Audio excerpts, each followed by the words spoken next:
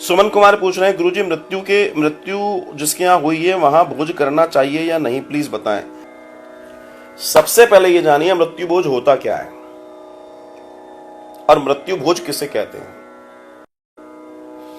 और वो करता कौन है। ये नॉर्मली लोगों को नहीं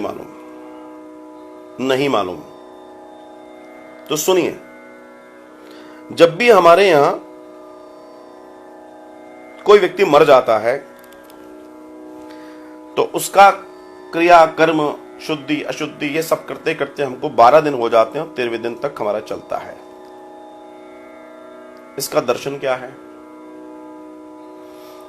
उन 12 दिनों का भोजन जो हम एक एक दिन कर रहे हैं, जो शरीर गया है और लौट के आया है, जो अंगुष्ठ के समान आपके घर में है,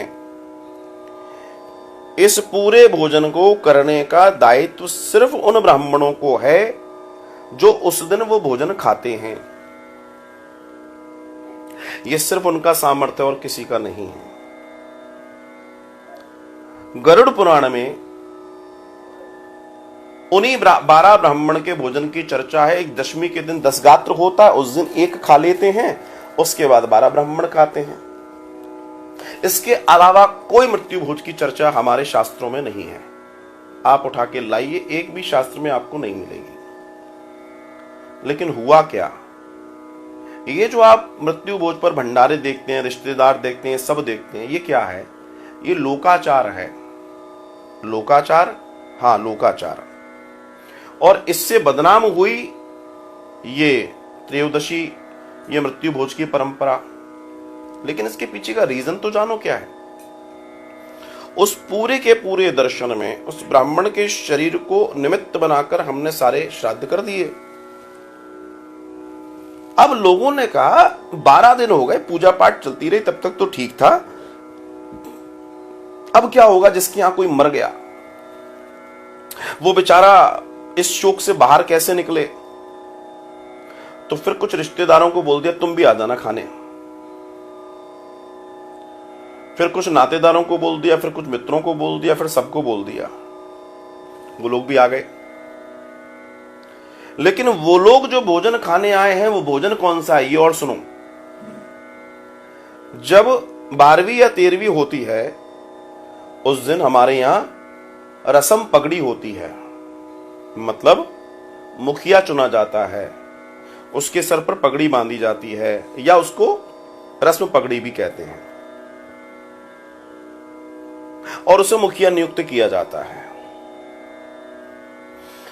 असल में सामान्य लोग, ब्राह्मण 13-12 ब्राह्मण के अलावा सामान्य लोग जो भोजन करने जाते हैं वो उस रस्म पगड़ी उत्सव का भोजन लेने जाते हैं कि अब इस घर का सदस्य मुखिया ये है, इसकी पार्टी है वो।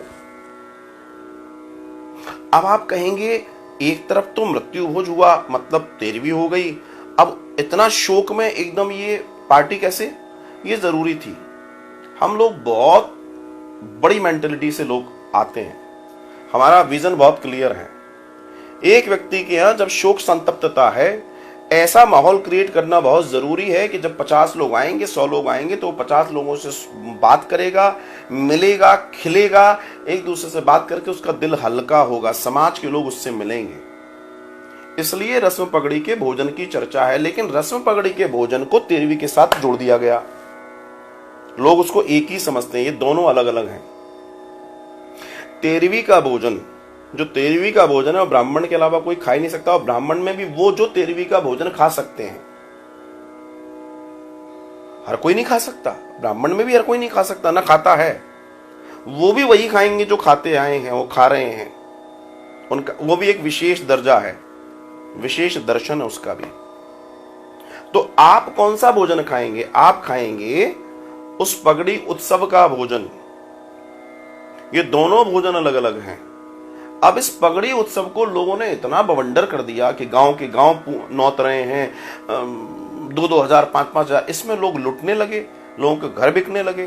तो इस पर प्रतिबंध लगाया। लेकिन जो नाम लिया गया कि मृत्यु भोज पर प्रतिबंध, ये गलत है। असल में ये प्रक्रिया है ही नहीं, हमारे यहाँ शास्त्र कहता है। तो इसलिए आप अगर कोई भोजन कर रहे हैं तो वो उसका भोजन है, ना कि मृत्यु या त्रयोदशी का भोजन है। बस इतना सा समझ लीजिए, आपका कल्याण हो जाएगा भैया।